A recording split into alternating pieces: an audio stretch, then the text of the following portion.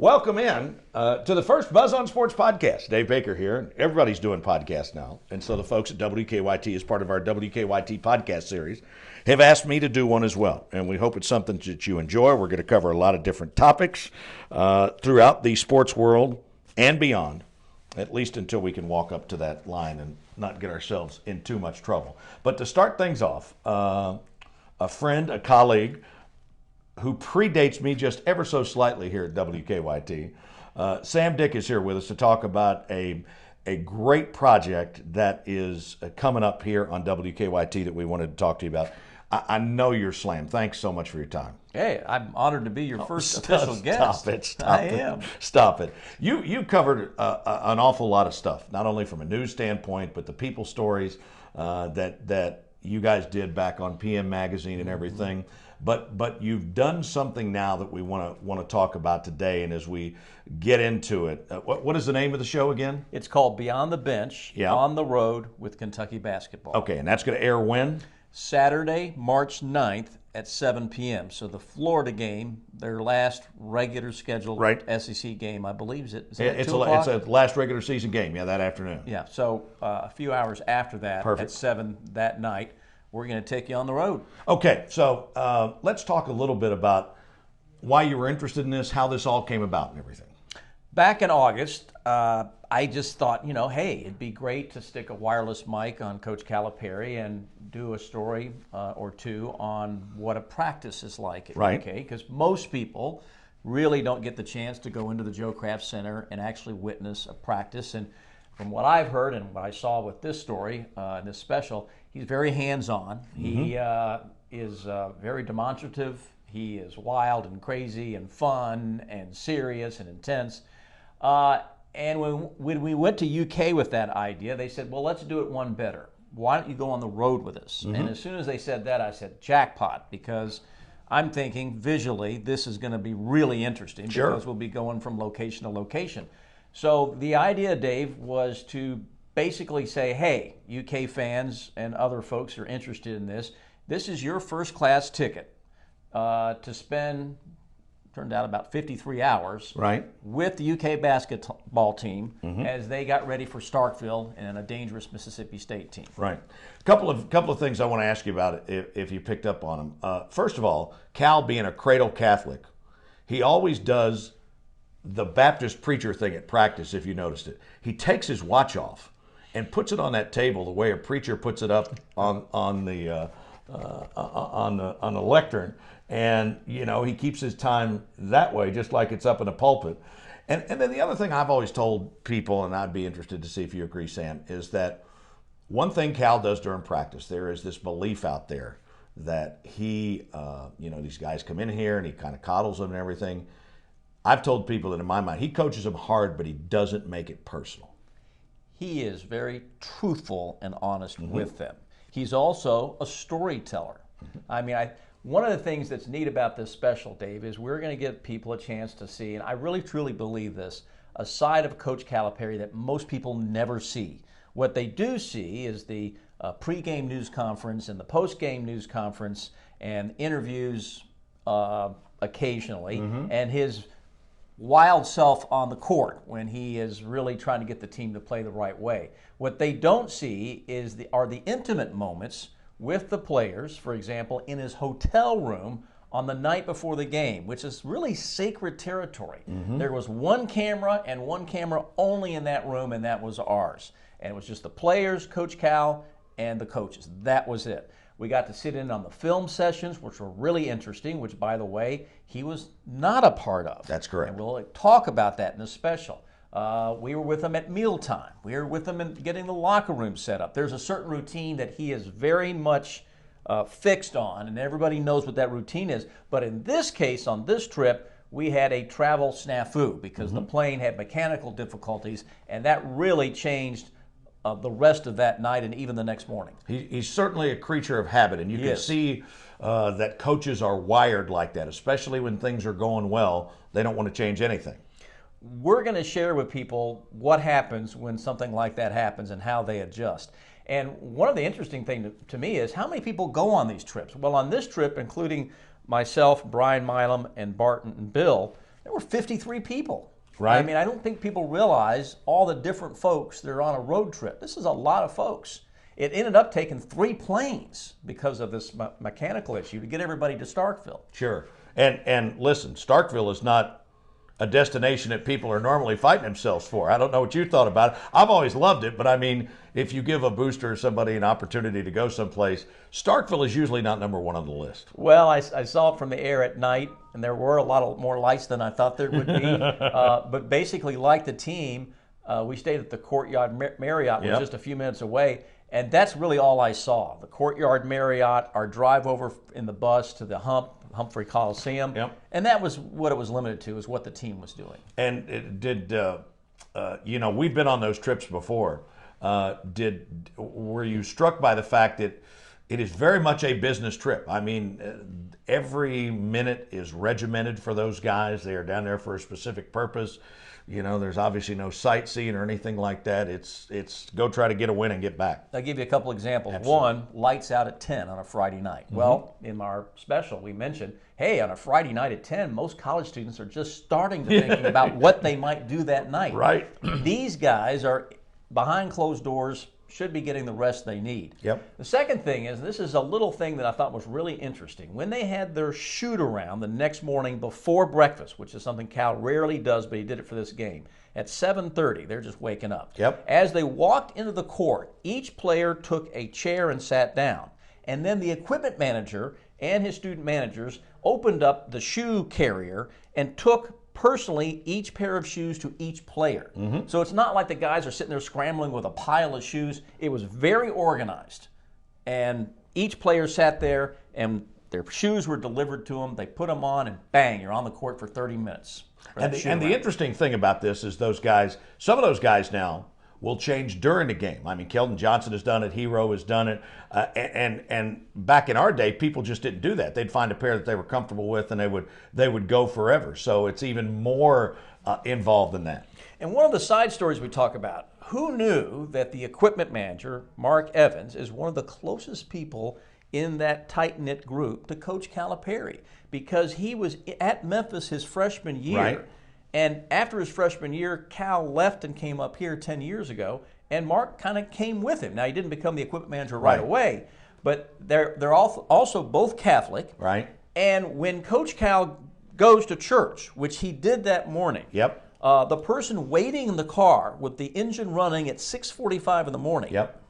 is Mark Evans to drive him to church and in this case, it wasn't a mass. I think they just went for some prayer. Sure. Those interesting little things where you learn more about people like Mark Evans behind the scenes, who you probably never think of, except for the fact that he is replacing, so to speak, the great Bill Kitely, Right. Mr. Absolutely. Wildcat, who we asked him about that. What do you think about replacing a legend? He tells you. That's us. great. Yeah. One of my favorite memories is back when we were all in New Orleans in 2012, and they won the championship, and we all went to Mass on Sunday morning at the Cathedral of St. Louis, which is a very historic sort of deal. And so Cal comes in there, and I mean, the place is packed. It was Palm Sunday, and so there were all kinds of people from Kentucky and other schools. And the father who was up there doing the Mass just goes off on this thing about, oh, what kind of chance does a bunch of Wildcats have against Cardinals, and making all these analogies and everything, and had no idea that Cal was there. And so Cal went to see him after the Mass, and it was just priceless to see his face, and they had a good conversation. You mentioned routines, and without giving everything away, let me mention a couple of things that I thought that surprised me. One, there is a particular food that Cal absolutely will not allow to be anywhere near the breakfast serving area on the road, and I think at home as well. Now that is something I don't know. I'm interested because in that. he is convinced that if the players eat this particular food that we're going to tell you about in the special, they will lose the game. Oh, wow.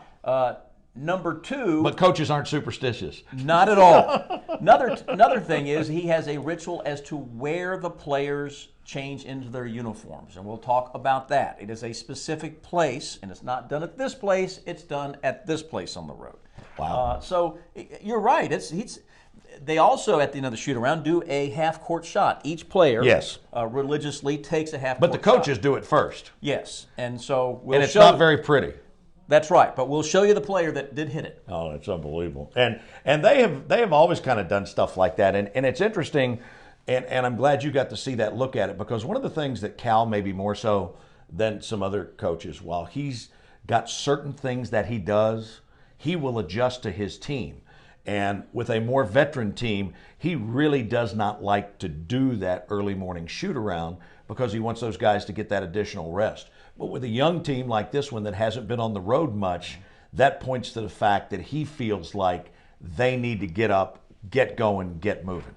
They are not normal students by any stretch of the imagination. In bed at 10 o'clock on a Friday night, up around 6:30, 6:45 on a Saturday morning, and even before they have the breakfast, they're having a pretty intense shoot around. I mean, it is business, and it is a routine that he sticks to, and it's been pretty successful, hasn't it? Absolutely. And the tip-off there at State was an early afternoon tip-off, right? It was a noon Central Standard. Yeah. So it's very early for that time. But the one thing that I've also told people before, and you don't get into this too much, you do midweek or whatever, but the hardest thing, and Cal does specific things to try to do, his hardest thing is for guys to sit in a hotel room. Could you imagine sitting in that hotel room in Starkville for like one of those 9 p.m. tip-offs? I mean, you're not in your normal place. There's nothing to do, and it's a challenge to be as sharp as you normally would for a home tip-off at that time. We got extraordinary access, and I am humbled and honored that we got that for WKYT and our viewers. They are going to be able to travel along with us on this journey. One of the things that we also did that they're going to get to see that you rarely get to see is they allowed us in the huddle during the game, and it was an intense game. It was a close game, and yours truly had the shotgun mic. And my fear was over Cal's head, if this thing falls off on his head in the middle of an intense huddle, I am dead. So we're going to give you sound from the huddle. And the other thing is, and this isn't giving anything away because everybody knows they won the game, but it was only by, I think, four points, is you're going to see what happens when Cal is not satisfied with their performance, even after a win. And he is very, very honest with the players. And I think, would you say now that you've had a chance to see it like that, I've always felt like that's one of the reasons he's so successful in recruiting, because he tells these very talented young guys and their families not what they want to hear, but what they need to hear. He said to me, I think maybe he told the players this, you want it real? I told you it was going to be real. This is real. This is the... I'm not holding back, and we don't go to the point where we embarrass a player or anything. But it was really interesting to watch. You think after a win, they walk into the locker room, and it's all this high fiving and jubilation. Well, I mean, these guys knew they pulled it out by the skin of their teeth. They knew. I think some of them knew that they hadn't played their best game, and they were about to hear about it. He knows how to hit the button, but again, it's not personal. I don't know if you ever saw one of the Billy Gillispie practices. It was one of the most uncomfortable things I was ever around. No, I never had that pleasure. I mean, it was incredibly uncomfortable.